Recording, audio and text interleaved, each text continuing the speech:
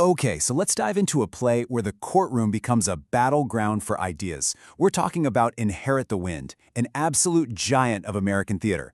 It's a story where science and faith go head-to-head, with the very soul of a small town hanging right there in the balance. And right from the jump, the authors themselves give us the most important clue to understanding this whole thing.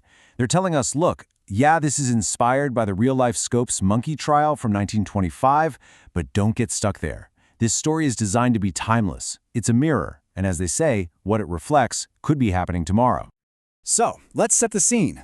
We are in a place called Hillsboro. It's one of those sleepy, deeply religious small towns where everybody knows everybody. And faith isn't just a part of life, it is life.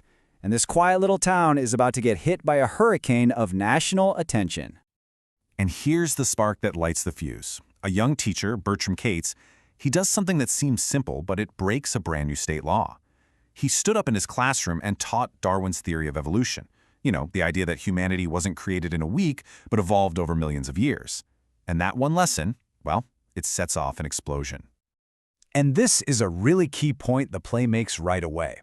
This whole thing isn't just about Bert Cates. No, the entire town of Hillsboro, its beliefs, its traditions, its fears about a changing world, all of that is what's really on trial here.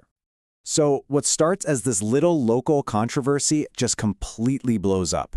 It goes national when two of the biggest legal minds in the entire country decide to come to Hillsboro to argue the case. This small-town courtroom is about to become an arena for a battle of titans. So in this corner, for the prosecution, you have Matthew Harrison Brady. He's a three-time presidential candidate, a political superstar, and to the people of Hillsboro, he's a hero, here to champion their faith.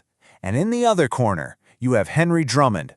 He's a legendary defense attorney from the big city of Chicago, a known agnostic, and a man who champions the right to think for yourself. You have to picture Brady's arrival. It's a spectacle. The whole town comes out, there are banners, there are parades. He's treated like a rock star.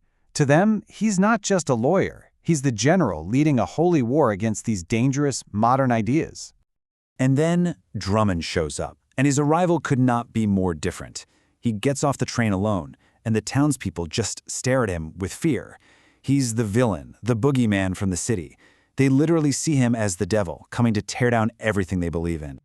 So this trial isn't just about two famous lawyers having a debate. It rips right through the heart of Hillsboro.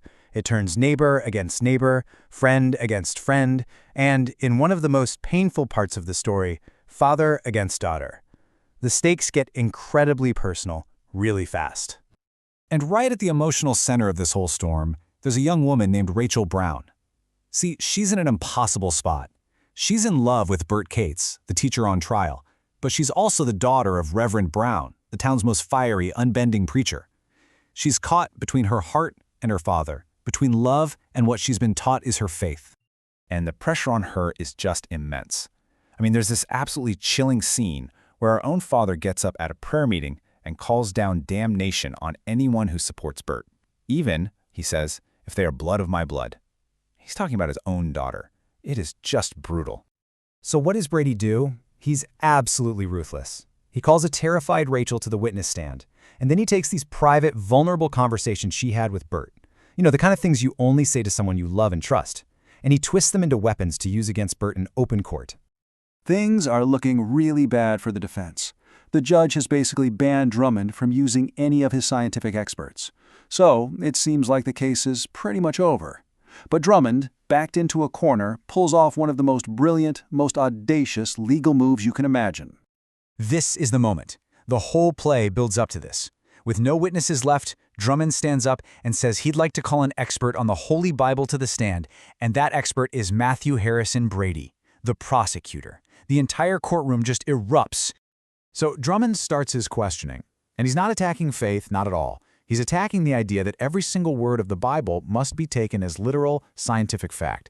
He starts with a simple, almost mischievous question about the book of Genesis. If Adam and Eve only had two sons, Cain and Abel, well, where exactly did Cain's wife come from? And he just keeps chipping away, getting sharper and sharper. He moves on to creation itself. He asks, that first day of creation, how long was it? Was it a 24-hour day? How could it be, he asks, if the sun wasn't even created until the fourth day? He's forcing Brady to defend the literal logistics of a miracle. And this is it. This is the turning point. Under all this pressure, getting flustered, Brady finally cracks. When Drummond pushes him on whether that first day could have been longer than 24 hours, Brady admits it is possible. And that one word, possible, is all Drummond needs. The armor of absolute certainty has been pierced. The argument is won. So you see how this is more than just a courtroom story, right? It builds into this powerful statement about progress and the freedom to think.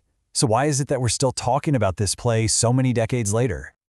Well, it really comes down to this argument Drummond makes. He says that the greatest miracle isn't something supernatural.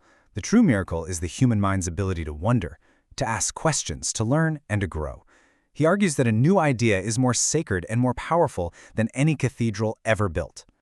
And that brings us to the title, Inherit the Wind. It comes from the Bible itself, from the book of Proverbs, and it's a warning. It says that anyone whose fanaticism and intolerance causes division and destroys their own community, well, in the end, they'll be left with nothing. Nothing but emptiness. They will inherit the wind. So, in the end, the play kind of throws the question back at us. It forces us to look around and ask ourselves, what are our modern-day battles over science and belief? What ideas are being put on trial today? And most importantly, are we brave enough to stand up for the right to think?